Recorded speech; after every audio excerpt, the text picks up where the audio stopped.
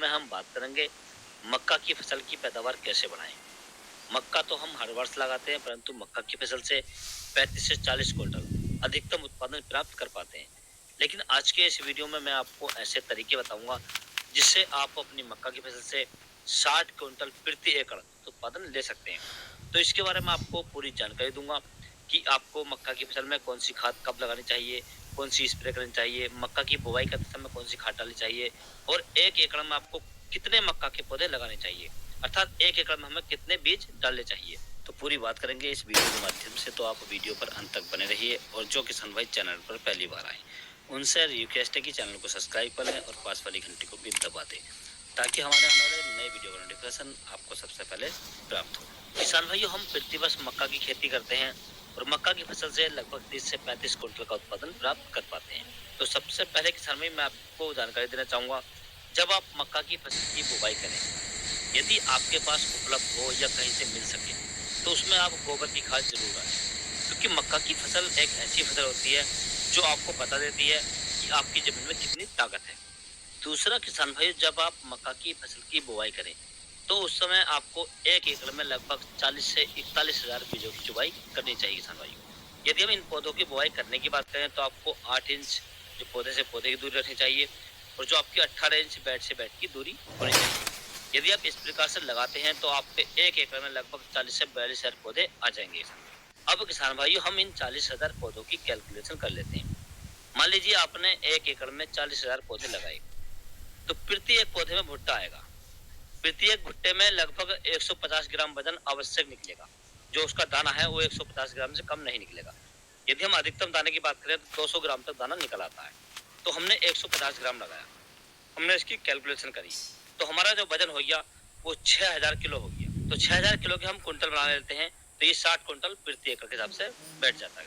अब इसके लिए हमें क्या क्या नियम अपनाने हैं, कौन कौन सी खादें डालनी है, ये बहुत जरूरी है। इतनी पैदावार के लिए हमें कौन कौन सी खादों की आवश्यकता पड़ेगी, क्योंकि जब पौधे खेत के अंदर भरपूर मात्रा में होंगे तो पोषक तत्वों की कमी भी उतनी ही पड़ेगी किसान भाई। तो हम पहली खाद के रूप में बात कर लेते हैं। यदि आपकी मक्का की फसल में सूंडी वगैरह है तो उसको आप स्प्रे कर सकते हैं, परंतु इस वीडियो में मैं आपको खाद के बारे में पूरी तरीके से बताऊंगा। तो आपको जो पहली खाद लगानी है वो पहली सिंचाई के समय लगानी है और पहली सिंचाई से 1 दिन पहले लगानी है। तो आपको जो खादें लेनी है किसान भाई, ये लेनी है आपको 50 किलोग्राम तो आपको लेना है यूरिया, ये प्रति एकड़ के हिसाब से लेना है। इसके साथ में आपको 5 किलोग्राम जो जिंक सल्फेट आती है, जिसके अंदर सल्फर और जिंक आती है 33%, ये आपको 5 किलोग्राम लेनी है प्रति एकड़ के हिसाब से। तीसरा इसमें किसान भाई जो आपको ऐड करना है, ये करना है सोयल एप्लीकेशन। जो कैल्शियम आते हैं, जैसे अमृत धारक नाम से कैल्शियम आता है, ये आपको ऐड करना है। इन तीनों खादों को आप अच्छे से मिक्स कर लें और मिक्स करने के बाद अपने पौधों पर डाल दें। और पौधों पर डालने के बाद में आप इस पर मिट्टी लगा दें। मिट्टी लगाने के बहुत ज़्यादा फायदे होते हैं। एक तो पौधे गिरते नहीं है, उधर पानी का भी मेंटेन बना रहता है, पानी कहीं ज़्यादा नहीं भरता है, पौधे मरते नहीं। तो आप इसमें मिट्टी जरूर लगाएं। ये आपका पहला खाद हो गया। अब हमें तीसरे पानी पर दूसरी खाद देनी है। जब हम तीसरे पानी पर दूसरी खाद देंगे तो हमें जो खाद लेनी है, ये आपको 70 किलोग्राम लेना है यूरिया प्रति एकड़ के हिसाब से।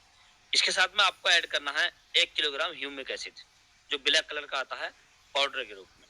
इन दोनों को आप मिक्स कर लें और मिक्स करने के बाद आप अपनी मक्का की फसल में फेंक दें या अपने पौधों पौधों पर डाल दें और उसके बाद आपकी उसकी सिंचाई कर देंगे किसान भाई। तो आप देखेंगे कि आपकी जो मक्का की फसल है उसके जो पौधे हैं वो एकदम एकसार रहेंगे, समान मात्रा में रहेंगे, पौधे मोटे रहेंगे किसान। अब किसान भाई हमें उसमें तीसरी खाद डालनी है। तीसरी खाद हमें जब डालनी है जब मक्का के अंदर भुट्टा आने की अवस्था हो, अर्थात भुट्टा आना शुरू हो जाए। तो इसके लिए किसान भाई आपको जो लेना है, ये आपको 70 किलोग्राम लेना है यूरिया प्रति एकड़ के हिसाब से।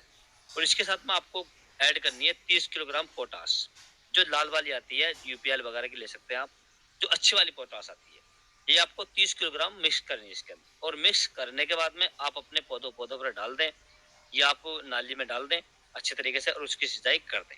ये जो आप तीसरी खाद लगा रहे हैं किसान भाइयों, ये सबसे ज्यादा पावरफुल होती है। एक पहली खाद और एक तीसरी खाद, ये बहुत ही महत्वपूर्ण होती है, क्योंकि पहली खाद जो हम लगाते हैं ये मक्का की ग्रोथ को बढ़ाती है, पौधों को मोटा करती है और मक्का में एकदम हरापन लाती है। तीसरी खाद जब हम लगाते हैं तो हमारी मक्का की फसल में भुट्टा आने की अवस्था होती है, तो दानों का भराव, भुट्टे का बनना, भुट्टे की लंबाई चौड़ाई का निर्धारित करना, ये सभी तीसरी खाद पर निर्भर होता है। और जब हम इसके अंदर पोटाश डालेंगे तो हमारे भुट्टे में दाने मोटे आएंगे, लंबे आएंगे और भुट्टा भी लंबा आएगा और दाने भरपूर मात्रा में भरेंगे। दाना भुट्टा जो खाली नहीं रहेगा किसान भाइयों। तो आप इस प्रकार से अपनी मक्का की फसल में खाद का शेड्यूल बना सकते हैं, खाद डाल सकते हैं। यदि आप इन सभी बातों का ध्यान रखते हैं और इस प्रकार से खाद लगाते हैं अपनी मक्का की फसल में, तो मैं आपको बिल्कुल गारंटी के साथ कह सकता हूँ 101% आप अपनी मक्का की फसल से 60 क्विंटल से 65 क्विंटल प्रति एकड़ की पैदावार ले सकते हैं किसान भाइयों। यदि किसान भाइयों आपको किसी अन्य फसल के बारे में कोई जानकारी चाहिए तो आप मुझे कमेंट कर सकते हैं। यदि किसान भाइयों मेरे द्वारा दी गई जानकारी आपको अच्छी लगी हो, वीडियो पसंद आया हो, तो वीडियो को लाइक करें, शेयर करें और चैनल को जरूर सब्सक्राइब करें। Thanks for watching my video.